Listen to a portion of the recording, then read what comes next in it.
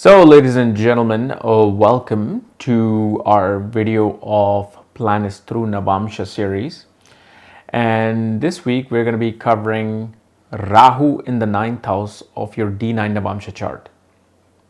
As in, what happens when Rahu is in the 9th house of your D9 Navamsa, which is one of the most important charts in Vedic astrology, which shows your marriage, your married life, your partner, your second half of life, strength of your planets, who you are internally, second half of development. So it's a very important chart. And as always, if you do not know, if you have this particular placement in your Navamsa, what is your main birth details and all the other astrological details, for that check out the links here.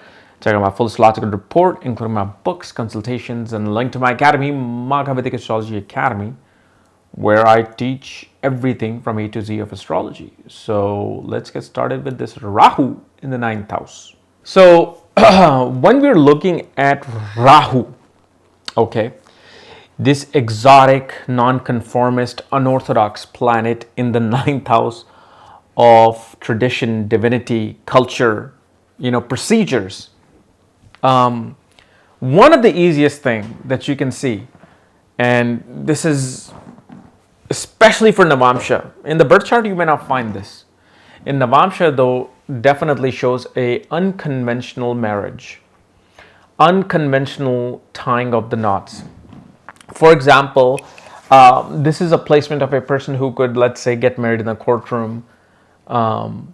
They can be married to someone of a different caste, different culture, different ethnic background. Very exotic, ceremonial placement here.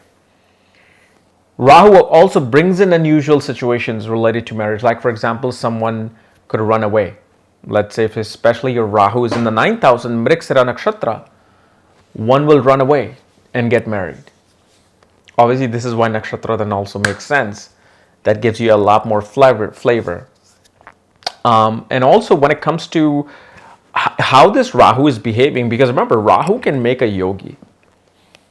Many yogis have Rahu in the ascendant, in the birth chart. Does that mean that they're fake gurus and they don't know what they're talking about? That's not the case, because you have to look at the parameter of astrology. Whenever you're studying Rahu or Ketu, don't just judge Rahu and Ketu being in the 9th house.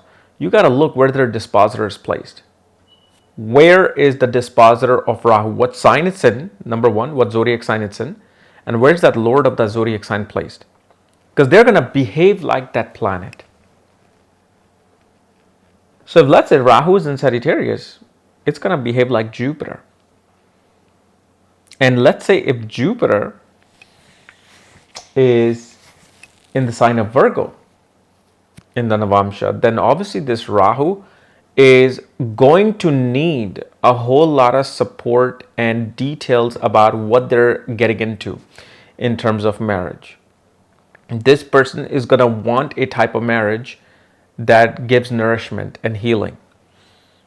But all of these things will happen in a very unorthodox manner,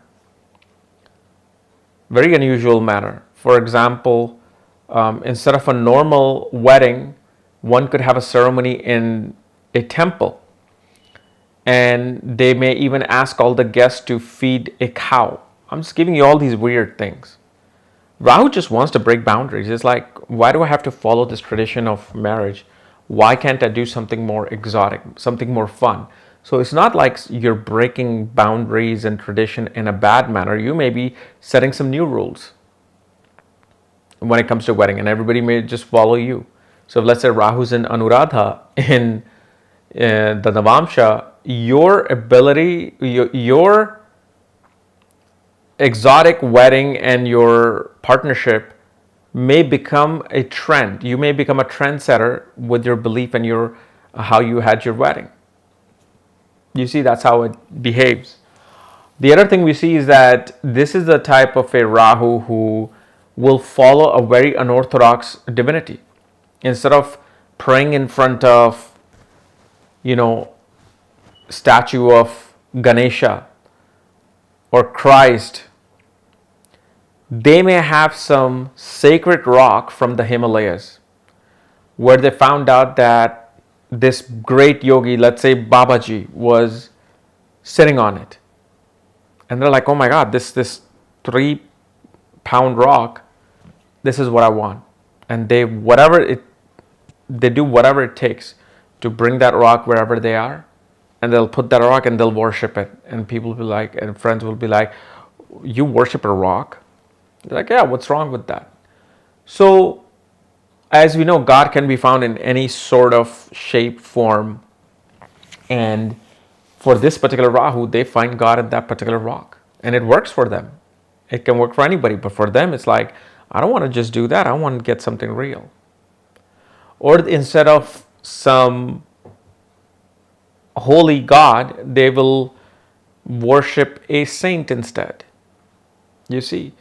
So we can't really say Rahu is good or bad.